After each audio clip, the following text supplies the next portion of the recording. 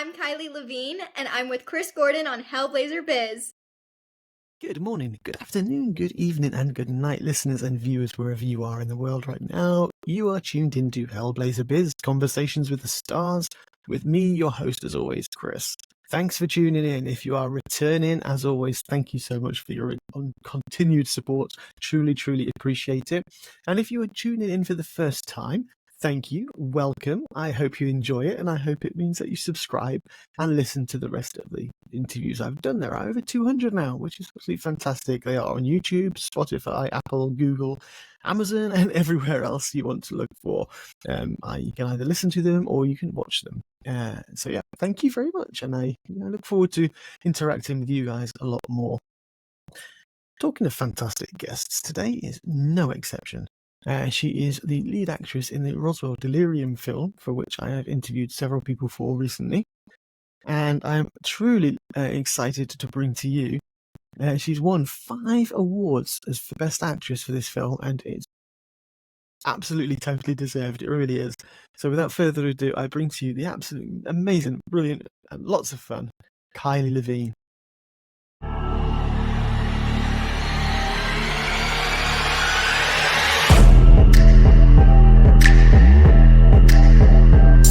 Everyone, I have the proud privilege to be chatting finally to Kylee Levien, multiple award winner for her role in Roswell Delirium, which is absolutely fantastic. So hi Kylee, thank you for joining me. Hey there, thanks so much for having me. I'm so glad to be here today. That's great. I'm glad.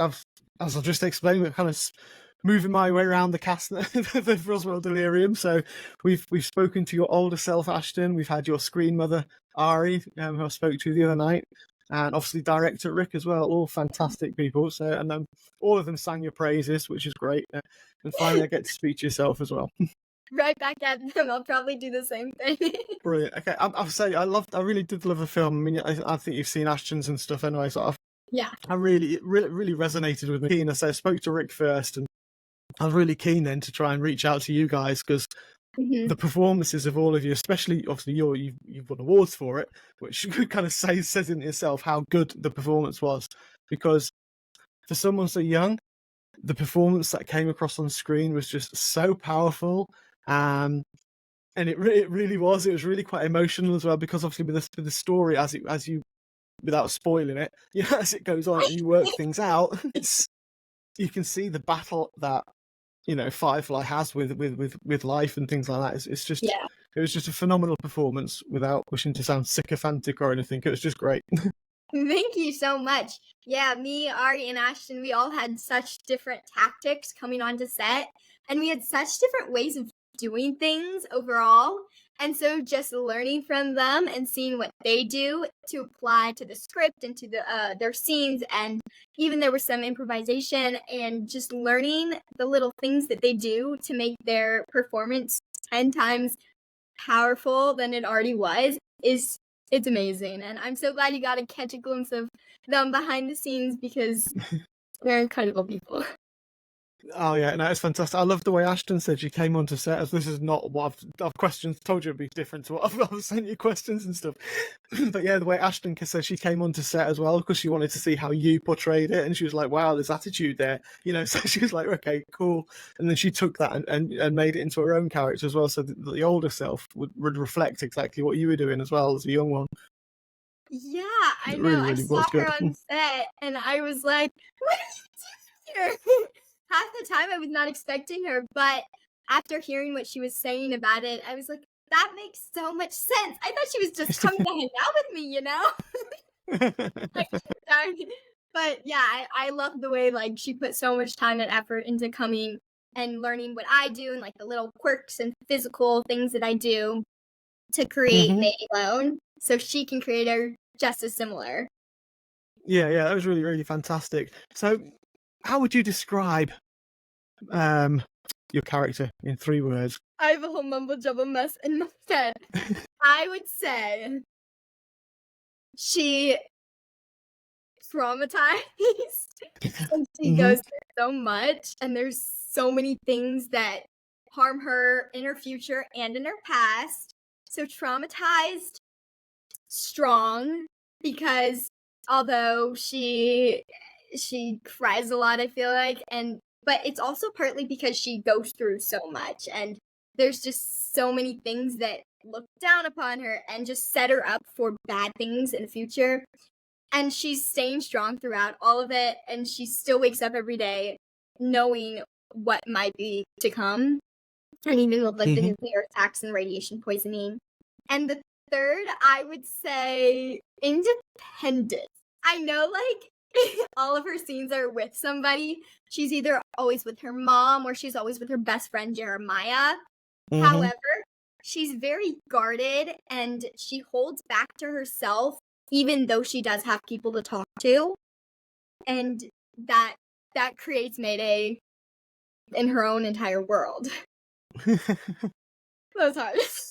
That's great. That's a great description. To be fair, yeah, it does. It's and she just has so much to deal with at that young age. You know, the whole point of it is like the way the film's set and everything like that with the setting and the backstory of which is great because I thought, you know, as you might have heard me say, I've said to Rick, the whole backstory is with the nuclear attack and things, but it doesn't focus on that even, but the focus on the story and the way it sort of just every now and then it goes back into it again, and it's like, oh yeah, you know, there's Yeah. everyone's got that radiation poisoning. Mhm. I know there's so many different things that come blasting in through the doors of this film, and it's like every 5 minutes there's a new, like, problem or dilemma that's stopping Mayday from getting to her end goal or her end happiness, and it's so cool watching how everything evolves and turns into one big problem at the end.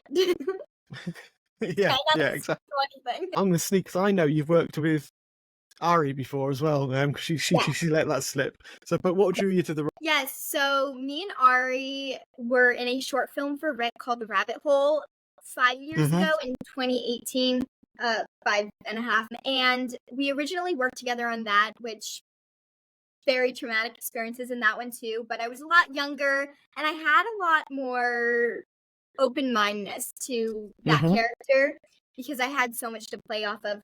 And getting the chemistry with Ari just helped so much more. And when I read the script, me and Rick were talking about it in 2021 and 2022, and there were so many rough drafts, but obviously each time it got better and better. But each time I was like, there's so many things that put Mayday in a category that's completely different from the rest of the world.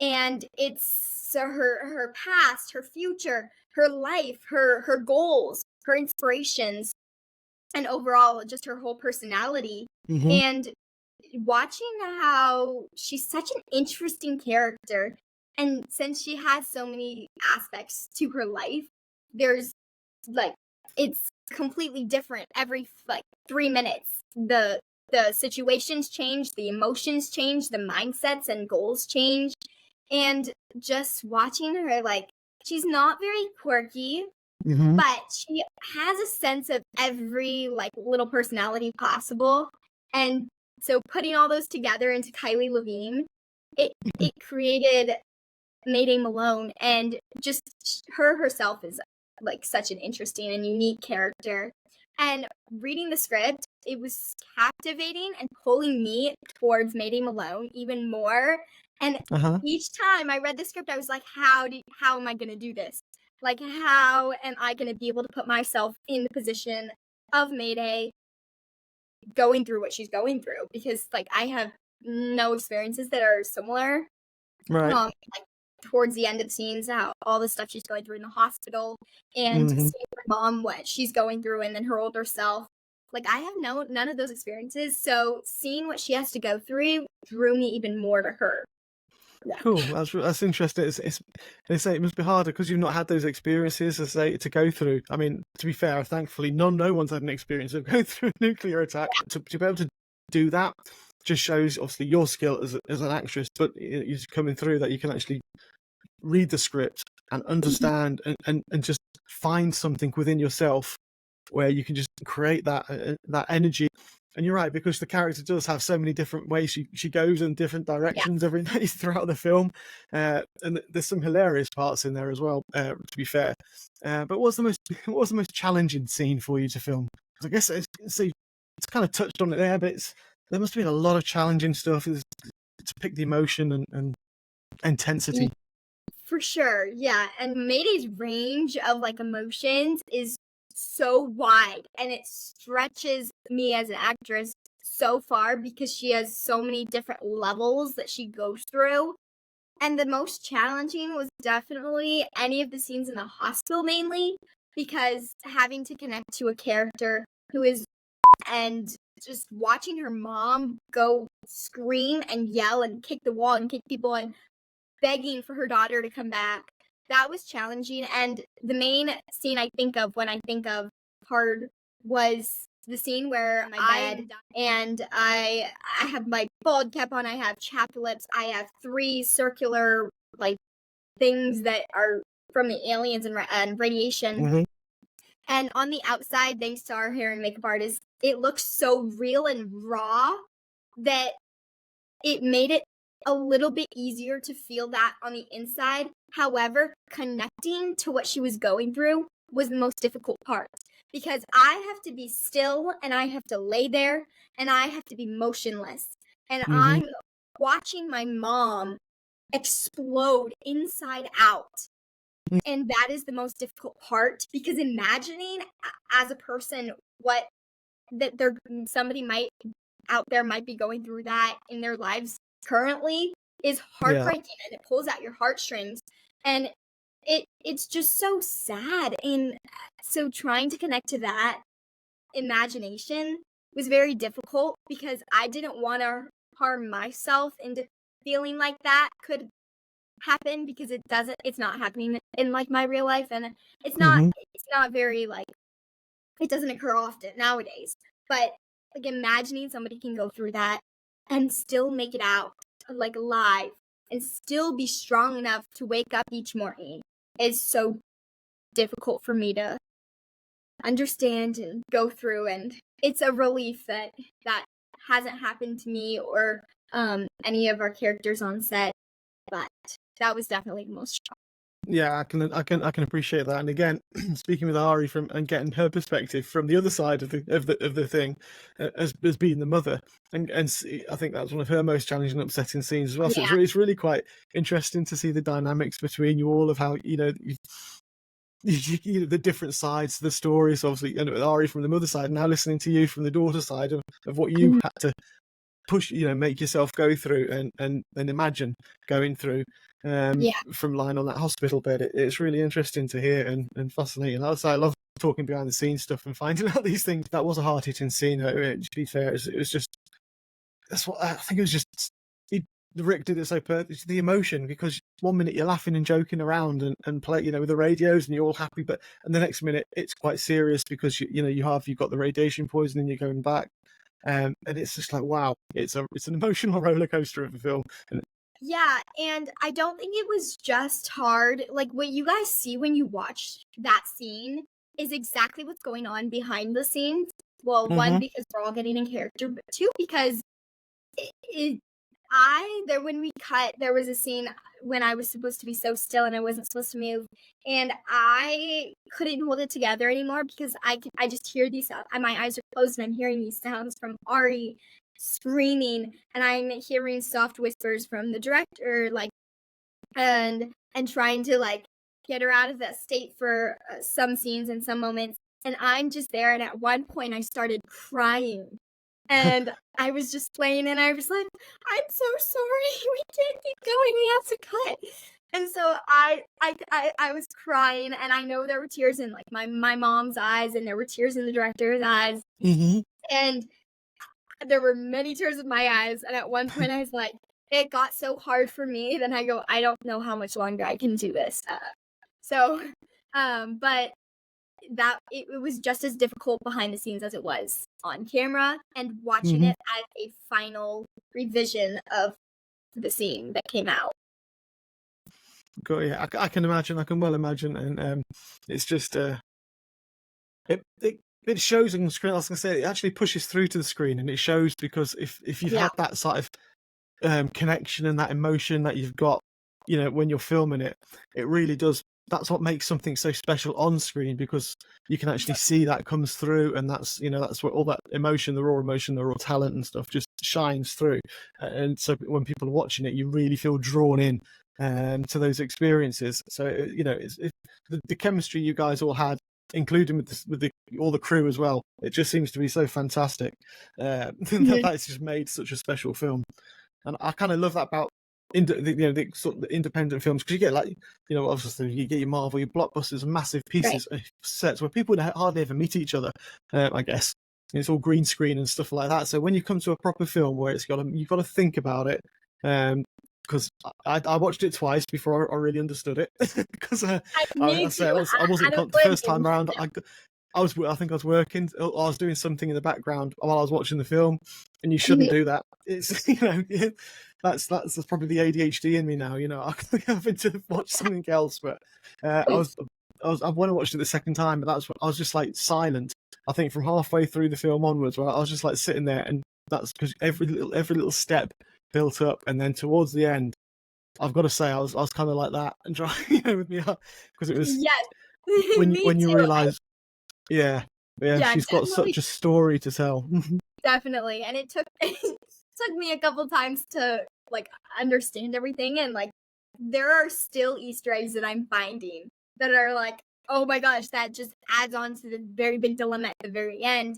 And when I watched it the first time, I came out of the film festival and I was like, what happened? So what happens to me? Because when you're filming, you read the script, you understand it, you get the chemistry with your character and the Hmm. relationship dynamics, and you're like, but when you see it as an end result, there's so much that changes. Like your just brain functioning completely shifts from like Hmm. being a viewer instead of being the person behind the but behind the scenes and in front of the camera. And when I watched it, I was like, and so I went for the second time and I was like, okay, it makes a lot more sense now. And then I went for the third time and I was like, okay, I completely understand it. And Hmm. now I understand what people are gripping onto. And you can't miss, like, there's not a minute that you can miss in this film. Like, if you miss something, it's not one of those where you can just cut halfway through. If you Yeah, miss something, you're gonna miss the entire thing because it won't make sense. It won't add up. And exactly, so exactly. you gotta really like key in and put your watch your hat on, like just focus on this movie. Exactly. I think probably the first time I was probably so basking in being because I'm a child of the 80s as well. So I was for me all the Yeah. 80s references, and I remember the Challenger, that scene as well where you've got to go in and well, not you obviously, Mayday goes into the classroom and you've got the Yeah. Challenger going up, and there's all that. I Oh remember god. that in school. I was probably in the same grade as Mayday was at the time, maybe a bit younger when that actually happened. That's how old I am. Couldn't tell. So I remember going, because in the UK I think it was in the evening time, so we weren't in school, but I do remember it, and I remember seeing it on the news and how much of an impact it had at me as a young age. And it took me right back. Seeing your reactions, you had obvious other reasons for why the character was so upset there. But I remember it, and Yeah. it flew you right back. Yeah. Yeah, I bet. And I think that happens a lot during this movie because there's so many different things that just pull you to what actually happened because it's all based on real like events that have happened in real life in the 80s. And also when we were filming that scene, obviously part of we had to research a lot about it because none of the kids were born in the 80s. We were all like Gen Z babies and stuff and younger. And I remember watching the Challenger. He played it before we started filming because when you can't have that sound going, so you can't interfere with your mic and stuff.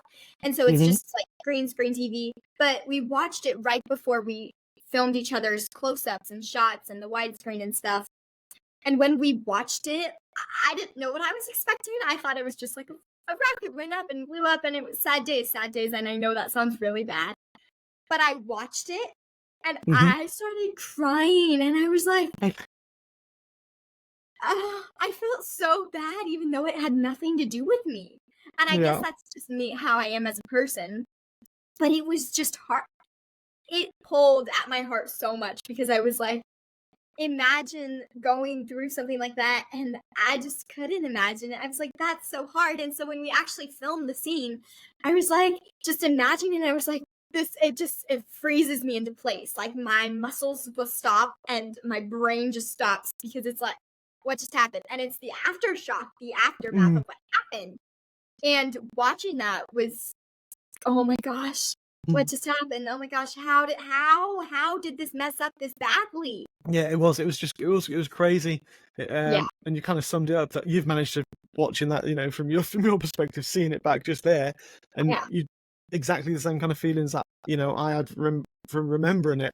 Um, and it does. It's weird because things like that do throw your memories and throw you backs.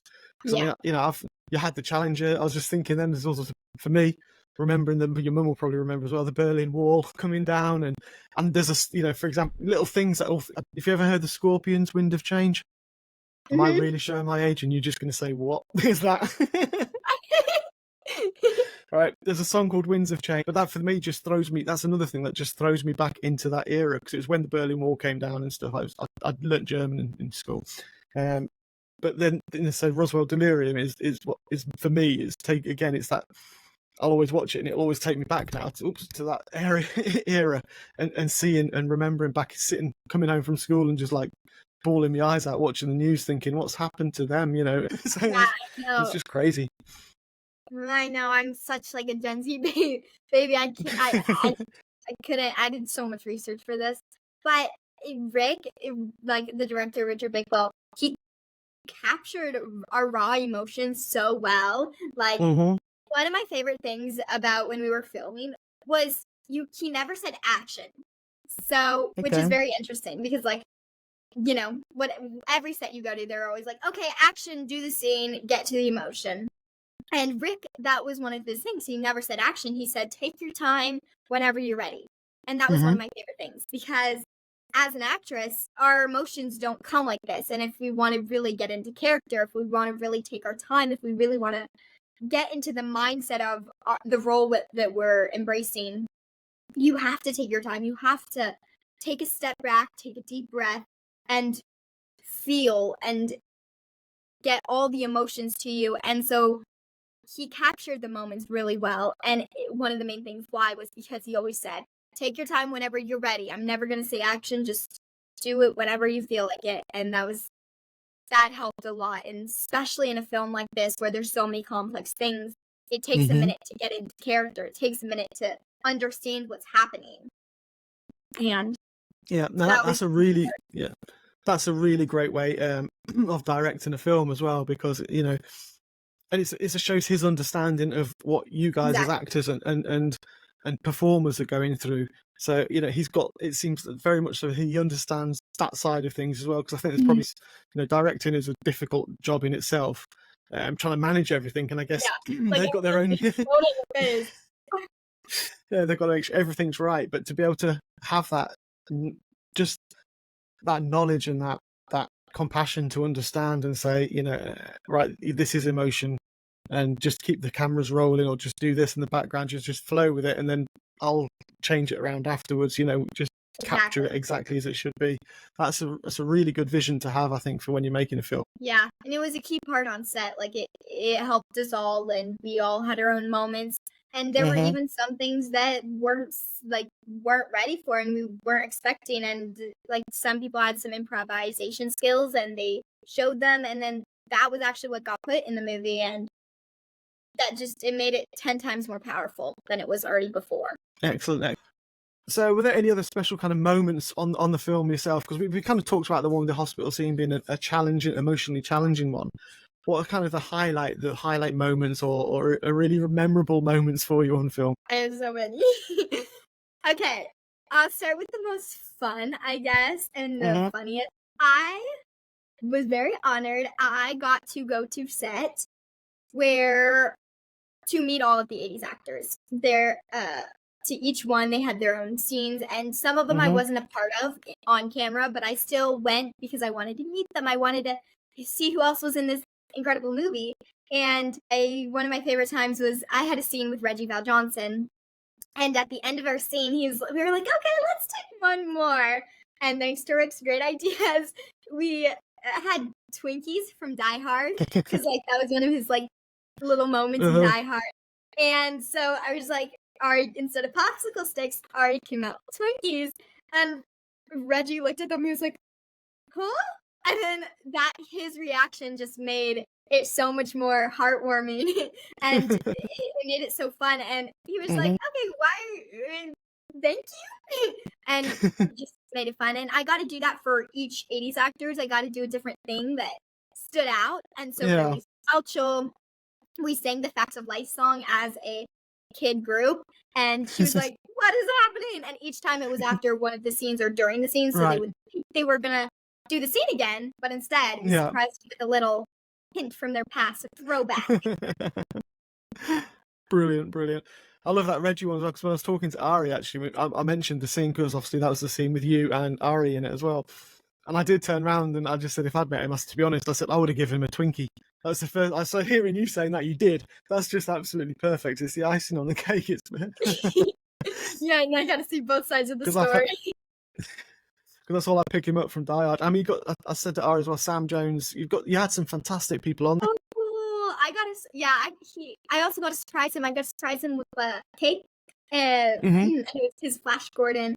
And it was so envious that you got to work with these people as well, because they are, like you say, they've gone through so much, and for Rick to be able to that connection, so as well, and a lot of your lines, you know that meme with Leo DiCaprio, he's like, I was like sitting there in the armchair, and like, I was like, Star Wars, you know, you could have just put me in that meme, and that would have been me all the way through the film. Right? You know, there's like so many 80s references since it's an 80s film. I could tell you at most 2 of the ones that I recognized from reading the script the first time. The first time I read through it, I was like, oh, a bunch of words that like kind of recognize. And then my mom would read through the script and she'd be like, oh my gosh, look, do you see how many like there's 80s references there? And we're like, I don't even know what that is. Like the one that caught my attention was the Top Gun, because I'm a Top Gun fanatic. Oh, yeah. Like I love with my whole heart. And I'm so Maverick. Oh, yeah, definitely. I hear the goose, it's time to buzz the tower. Like that was the one that stuck out the most to me, because I was like, I actually know what I'm talking about. Brilliant. You're right, Top Gun. I'll give you full credit for that. Absolutely amazing. And when it came out again, I went to the cinema to watch the Maverick last year. Was it last year? And I had goosebumps. I was sitting there because, you know, the music opened up, down. And that was it. The hairs on my arms stood on end. And I was like, I was like, probably your age again. I was just like, I was just sitting there in cinema, just all like the whole film. I was just that dead excited, happy. It's like, oh my god. I know. I was. It's actually one of my favorite movies. The new one, The Maverick. I didn't like how Goose died in the old one, so I like Maverick a bit better. Yeah, it's a cracking movie. They've been making a third one as well, I believe. So I don't know how that's going to work. They're making another one with Rooster. So Rooster and Maverick. So, yeah, he was cruel, yeah, but never mind. Yeah, that's a whole other topic. So I was going to say, how do you approach roles then that require, because obviously this physical transformations or intense training, because you did kind of have to have obviously some makeup at times within this role as well. So in Roswell, I did have a whole side of my body was covered in scars, bruises, and burns, and very, very real and raw. And just looking at myself, it helped get me into character, because like I could never imagine myself like actually looking like that because of like the things that I go through. But like taking a moment and taking it all in, and Ari had it too. She had it on her arm and face, and just like looking at this made it so much more real, and it made this film come to life so much more. But yes, I did have to, I got on like a crane thing. I was suspended into the air thanks to our stunt coordinator, who taught me how to put the harness on and how to still be comfortable. And I was suspended like 12 feet in the air. And I was like, "Oh, take me." But that was interesting. That was fun. I half of Yeah. the time I'd be like, "I'm tired, just dangling my feet in the air." So one of the producers, Glenn, would come up and he'd like put his back so I could just sit on his shoulders because he was tall enough. And so it was like just comfortable, yet Hmm. it was so interesting because like I've never been up on a harness before, and that it's such Yeah. a different thing to do. Like I've never done Mm. something quite like it, and it was cool. It was really cool. And then for Rebel Moon, yeah, I had to. It was a little difficult because I had to do the exact. I was a stunt double slash photo double, so I had to do the Hmm. exact same motions as the princess. I had to Yeah. move my fingers the way my hair had to be the exact same. Like every little aspect had to be the same. So when we fell the same direction, the same way, same arm. However, it ended. But yeah, it was intense, but I loved doing it. So Excellent, excellent. I guess it must be difficult being on a harness. Well, it sounds quite funny when you're just hanging there for hours because, but you might be there for maybe a couple of minutes in the thing, but you could literally be there for an hour just hanging there waiting around just for them to get the camera and angles and everything right as well. So it's quite, yeah, it's quite demanding, yeah, I but know. probably It'd be quite like, fun as well. Like you say, I'm flying, you yeah, know. that's what I was like. I'm flying. Oh yeah, this is every kid's dream. Like to just go in the air and just be in the wind smoothly out and just like embracing nature at its finest. And I'm like, Cool. this is a dream that I've always wanted. I'm actually flying. And that was cool. And they'd be like, Rick would be like, okay, you're going up. And I'm like, okay. Yeah. And he was like, and you're like, okay, you gotta land now. And I'm like, okay. It was a real dream for when I was younger. It was like, that was what I always wanted as a superpower. So Hmm. it brought my child life out. It was like my whole childhood was fulfilled in that moment. Fantastic, fantastic. This is as I say, it's yeah, you could be the next CW Supergirl or Wonder Woman. Then you know you've got the experience Yeah, now. I love Supergirl. That'd be brilliant. You've got the hair and everything for it as well. So Right? excellent. So you mentioned, sorry, that just made me laugh now. Were there any, like you've mentioned a few there were improvisational moments as well during filming and rehearsal? So were there any that helped you define your own character as well? When you worked with others, because how was it difficult working with people who suddenly improvise and stuff? Right. Yes. So for my character, I made sure I was like very strict to the script. I did the exact descriptions that they told me to do. I did the breakdown exactly how it said. So for my character, I felt it easier for me to do exactly what the script tells us to do and what the direction that Rick gives me to do. But when I was working with, there were some people on set that did do the improvisation, which just made the scene 10 times better. For Hmm. example, one of the scenes where it was with me and the kid, Connor Barrett, and he's like the funny kid. He's the nerd. He's like trying to simping after Mayday Malone. And we were on a bench, and he was like, "Well, I'm the last guy on the planet," and then he falls back on the ground. And each time he would fall, Hmm. I don't think in the script it says to say anything, but each time he would fall, he would get up and he'd be like, "I'm okay," or he would have a completely different comeback, and or his like leg would stick up in the air or something, and then he'll get up and he'll be like, don't mind me, don't worry me," and then he'd walk away, and that was all.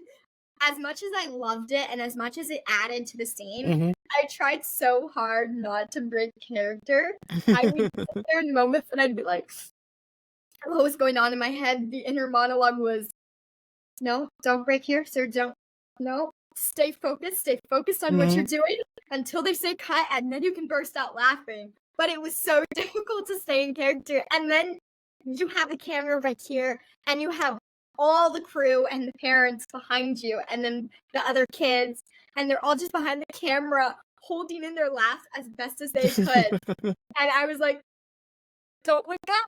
Don't look up. Stay focused. It was a little hard, but it was super funny and it added to it. But I like that little character because he was, you know, the way he waggled his glasses. He's like a little live action Millhouse for me from Simpsons. Right? And it added so much. Like his character was a whole vibe going. Brilliant. I've just had a photo sent through of you hanging on your harness as well, by the way. On your account, she sent a picture of that's what I was looking down for and chuckling. Oh. So I've seen that now. We got a lot of pictures. That's Like I said, it was a dream.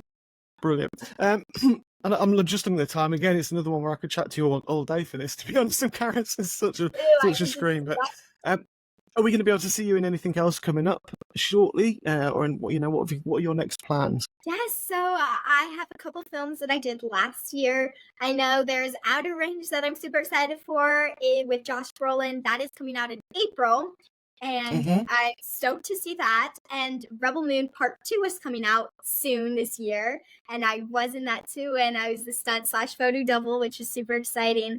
And so, Cool. again, I'm stoked for that.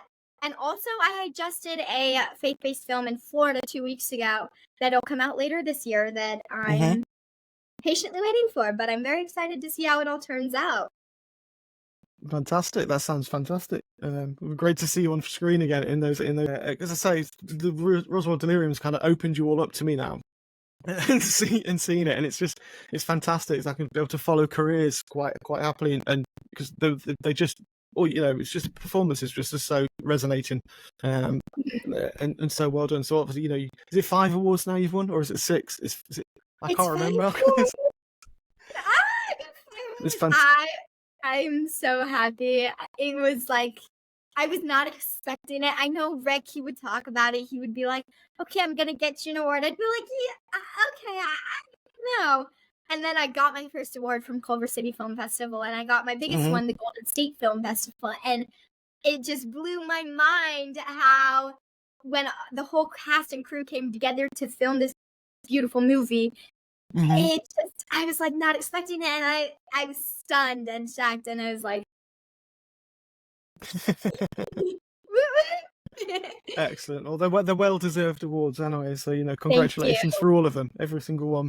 And I think the film itself, including the crew and other actresses and other actors in there, it's accumulated so many awards, and it's so deserving. It really is, as they do the rounds. It's brilliant. Yeah, I'm so happy that I feel like all of our hard work is paying off now, and it's because we've come such a long way. I mean, it's been like 5 years in the making, and it's just I'm so proud to be able to see it and publish it and get awards for it and talk about everything that happened and that went down and all the things that helped me get into character. And one of my favorite things, just to end us off, I learned something from Ashton and Ari, both at different periods when I was working with them. And it's okay to be vulnerable in scenes.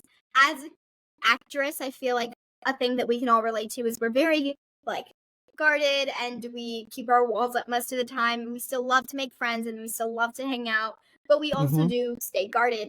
And in a scene, I feel like that's the pressure point that moves people. And so when Ashton first came in, and Ari at some points too, in the hospital, they were so vulnerable and so open and so willing to express themselves in such creative ways. And I learned, that was my biggest lesson I learned, and I was mind blown by their performances.